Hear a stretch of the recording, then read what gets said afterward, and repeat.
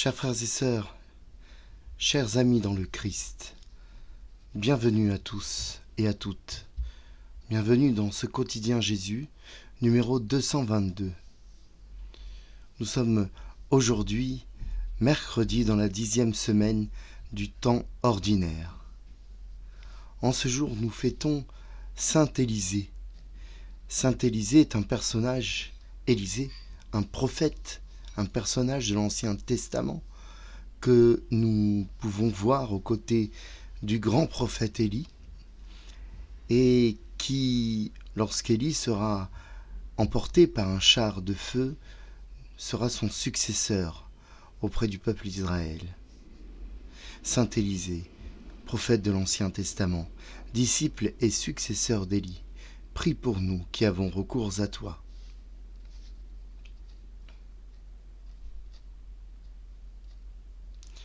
Au nom du Père, du Fils et du Saint-Esprit. Amen. Sacré-Cœur de Jésus, nous avons confiance en toi. Confions au Seigneur cette méditation. Prions pour Alba. Prions pour tous les enfants malades. Prions pour les enfants victimes d'abus. Prions aujourd'hui pour la paroisse Notre-Dame du Liban à Lyon, détériorée, et pour son prêtre agressé par une bande devenue folle, injurieuse et antichrétienne, et cela pour un ballon de football. Pardonne-nous, Seigneur. Pardonne-nous, Seigneur, parce que nous aussi pouvons être coupables de ces imbécilités pour des raisons si vaines.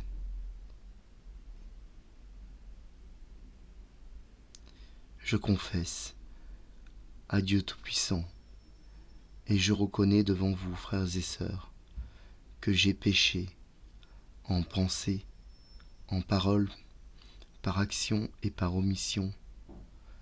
Oui, j'ai vraiment péché. C'est pourquoi je supplie la bienheureuse Vierge Marie, les anges et tous les saints, et vous aussi, frères et sœurs, de prier pour moi le Seigneur, notre Dieu.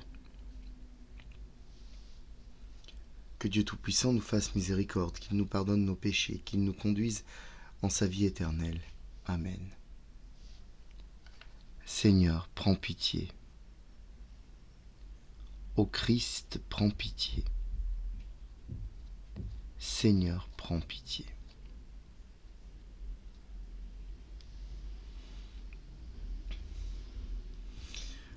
Mon éditorial aujourd'hui relate quelque chose que j'ai vécu il y a très peu de temps. Cela fait bien longtemps que je ne passe plus, quant à moi, d'entretien d'embauche. Mais dernièrement, j'ai accompagné ma petite sœur dans une de ses démarches, et quelle ne fut pas ma surprise qu'en plus de la lettre de motivation, de son CV et de l'entretien, il fallait remplir un questionnaire. Ce dernier, tout bonnement un test d'identité, il y avait aussi des tests psychotechniques, mais restons sur le test d'identité, pose des questions au choix improbable, propose des réponses fermées, tranchées, frise même à certains moments à la vulgarité et l'impudeur. Oser aller chercher chez l'autre des vérités très approximatives pour orienter son choix d'embauche est pour moi un manque profond d'éthique et d'empathie. D'autant plus qu'un peu malin, on devine aisément que répondre et ne pas répondre pour être classé à la fin dans la norme médiane, le milieu, le centre et surtout dans l'obéissance aveugle aux ordres, aux règles et aux protocoles.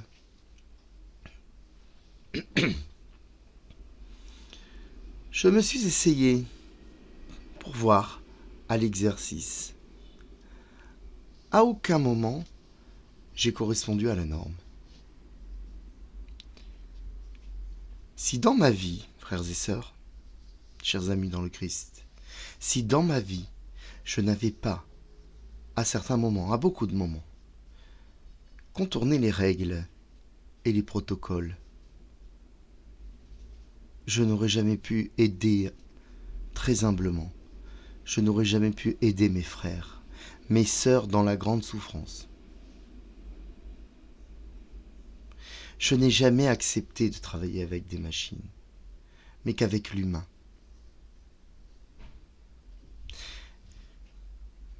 Une seule devise me convient. La vie d'abord, l'humain d'abord, parce que là où est la vie, là est Dieu.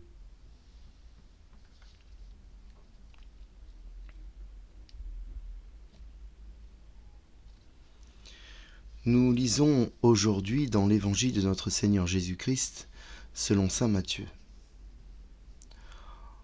En ce temps-là, Jésus disait à ses disciples : « Ne pensez pas que je sois venu abolir la loi ou les prophètes. Je ne suis pas venu abolir, mais accomplir.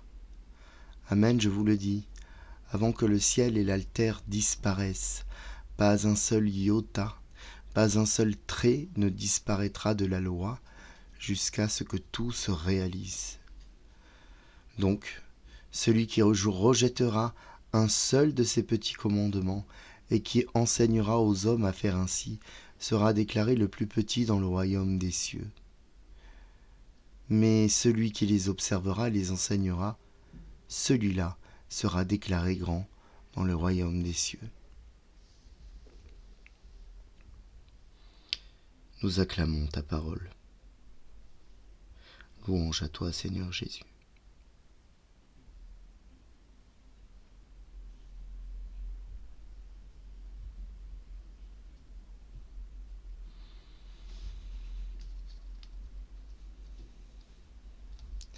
Jésus vient accomplir la loi de Dieu. Il est raisonnable, chers amis, de dire et de penser que les lois posent problème. La loi vient restreindre la liberté pour la régler et l'orienter pour des raisons politiques, philosophiques ou religieuses. Et même lorsqu'elle ouvre un droit, d'autres se sentent lésés. On est en droit de se demander pourquoi. Est-ce que la loi pose problème ? Est-ce la loi qui pose problème ? Le code, qu'il soit pénal, sanitaire, routier, santé publique, dans tous les domaines que nous fréquentons, est nécessaire. L'absence de code est le chaos, l'anarchie. D'où vient le problème ? Il y a, certes, et certainement, des lois iniques, des lois injustes, des lois qui ne valent rien. Les lois de séparation raciale sont l'exemple le plus cuisant et aberrant de ce que l'homme a produit.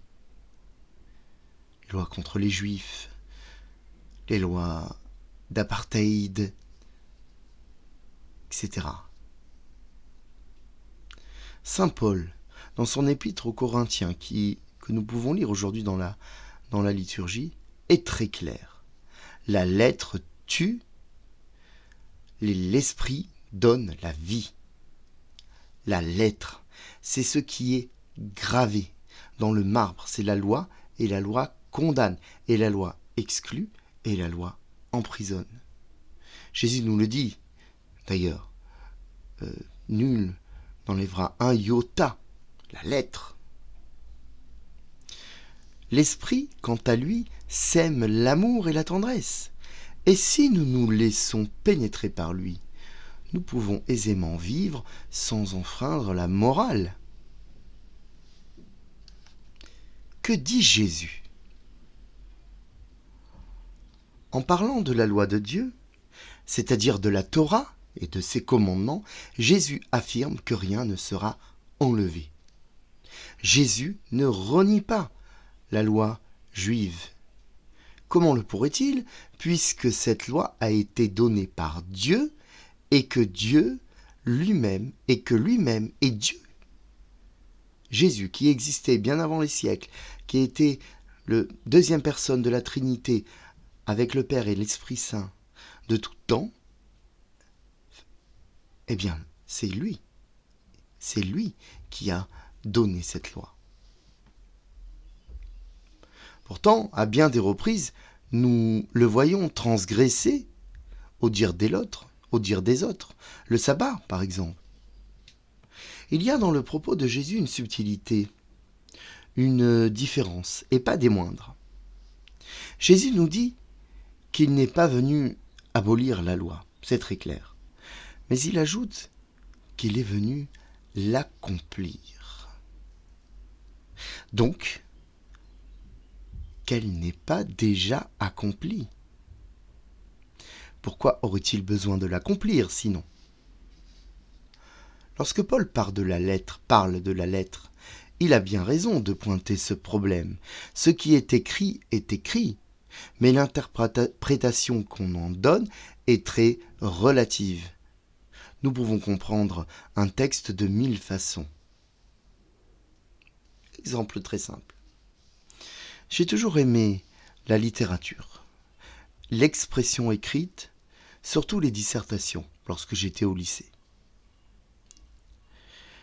Je n'ai en revanche jamais compris l'art de la critique et du commentaire qui, au lieu de rester ouvert à la discussion, était fermé sur une façon académique de voir, sans que l'auteur, la plupart du temps mort, ne puisse venir nous confirmer la validité de ce que nous disons. Il y a toujours dans ma tête, au sujet de la critique quelle qu'elle soit, et que je respecte, par ailleurs, que peut-être on fait dire à l'auteur, qui en est la source, quelque chose à laquelle il n'avait même pas pensé.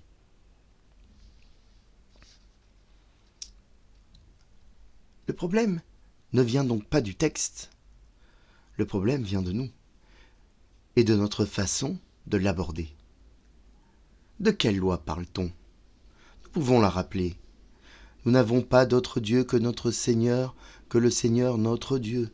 Nous ne devons pas vénérer d'idole, ni d'image, ni de statue. Nous ne devons pas invoquer le nom de Dieu pour le mal.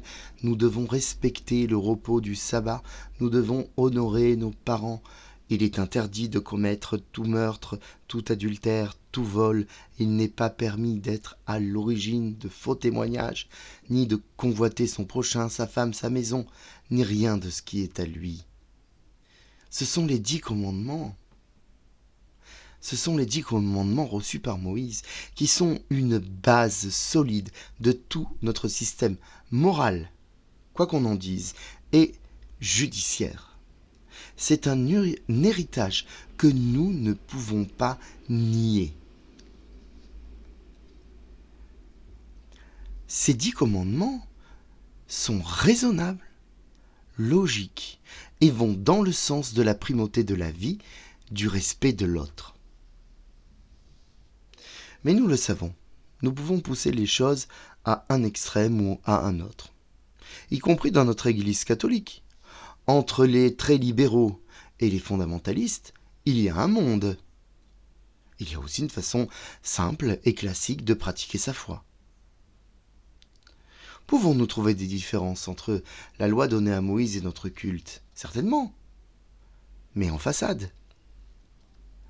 Vénérons-nous des idoles, des images ou des statues ? À aucun moment.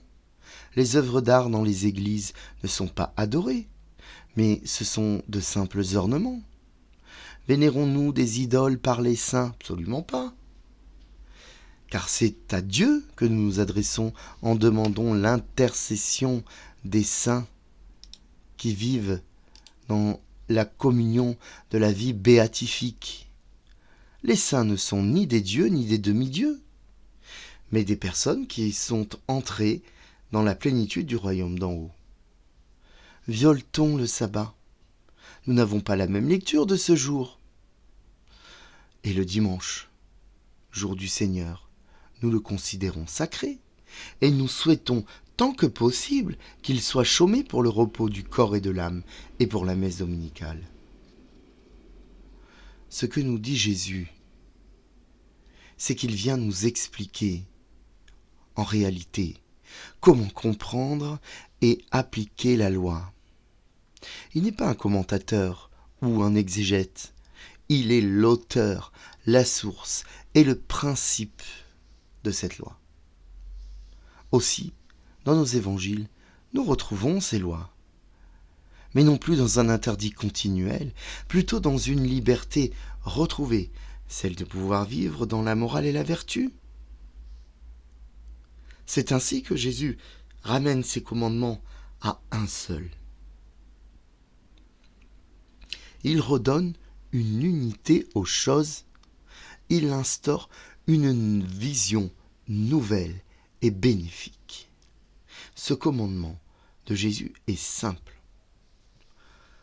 Comme nous aimons Jésus, aimons-nous nous-mêmes, aimons les autres, le prochain. Et à celui qu'on aime, on ne lui fait aucun des péchés interdits par la loi. La loi est avant tout une affirmation de l'amour dans nos vies, de l'amour dans le monde, pour le salut du monde, pour le salut des hommes. Amen.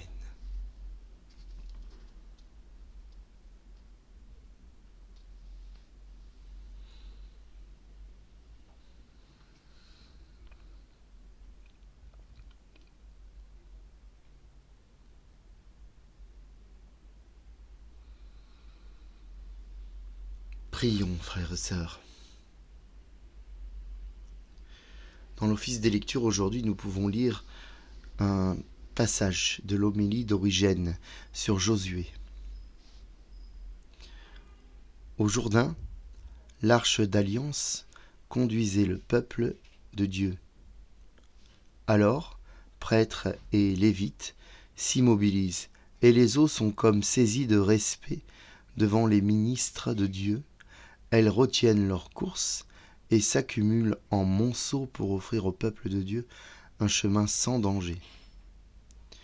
Ne sois pas étonné lorsqu'on te raconte ce qui s'est passé à l'égard du peuple ancien, à toi, chrétien, qui as franchi les flots du Jourdain par le mystère du baptême. La parole de Dieu promet des biens beaucoup plus grands et plus élevés.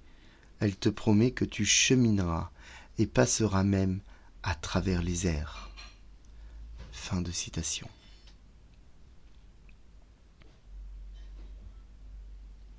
Ces textes que je vous lis à la fin, après mes méditations, sont des textes qui sont présents dans la liturgie des heures, dans ce que l'on appelle l'office des lectures. Il y a une grande lecture d'un texte de la Bible, puis ce que l'on appelle une lecture patristique, c'est-à-dire issue des pères de l'Église, qui nous ramènent à très loin. Et nous voyons à quel point, et c'est pour ça que je le fais en faisant un peu plus court évidemment, mais cela nous ramène à très loin et cela nous permet de voir finalement qu'il n'y a pas de grande différence et que ce qui a été dit il y a des siècles est encore valable. Oremus. Dieu, qui a envoyé ton Fils pour nous sauver et pour faire de nous tes enfants d'adoption, regarde avec bonté ce que tu aimes comme un Père. Puisque nous croyons en Christ, accorde-nous la vraie liberté et la vie éternelle, par Jésus le Christ, notre Seigneur et notre Dieu, qui vit avec toi dans l'unité du Saint-Esprit, maintenant et pour les siècles des siècles. Amen. Notre Père, qui es aux cieux, que ton nom soit sanctifié, que ton règne vienne, que ta volonté soit faite sur la terre comme au ciel. Donne-nous aujourd'hui notre pain de ce jour. Pardonne-nous nos offenses, comme nous pardonnons aussi à ceux qui nous ont offensés. Et ne nous laisse pas entrer en tentation, mais délivre-nous du mal. Amen. Je vous salue Marie, pleine de grâce, le Seigneur est avec vous. Vous êtes bénie entre toutes les femmes, et Jésus, le fruit de vos entrailles, est béni. Sainte Marie, Mère de Dieu, priez pour nous pauvres pécheurs, maintenant et à l'heure de notre mort. Amen. Gloire au Père, au Fils, au Saint-Esprit, comme il était au commencement, maintenant et toujours, et dans les siècles des siècles. Amen. Ô mon Jésus, pardonne-nous nos péchés, préserve-nous du feu de l'enfer, et conduis au ciel toutes les âmes, surtout celles qui ont le plus besoin de ta divine miséricorde.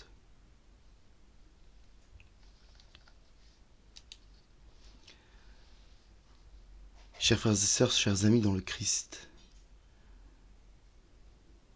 chers croyants, chers priants, je vous souhaite une bonne journée, un bon mercredi. N'oubliez pas le Seigneur. Le pape nous a appris qu'on pouvait prier très simplement, par des prières très courtes.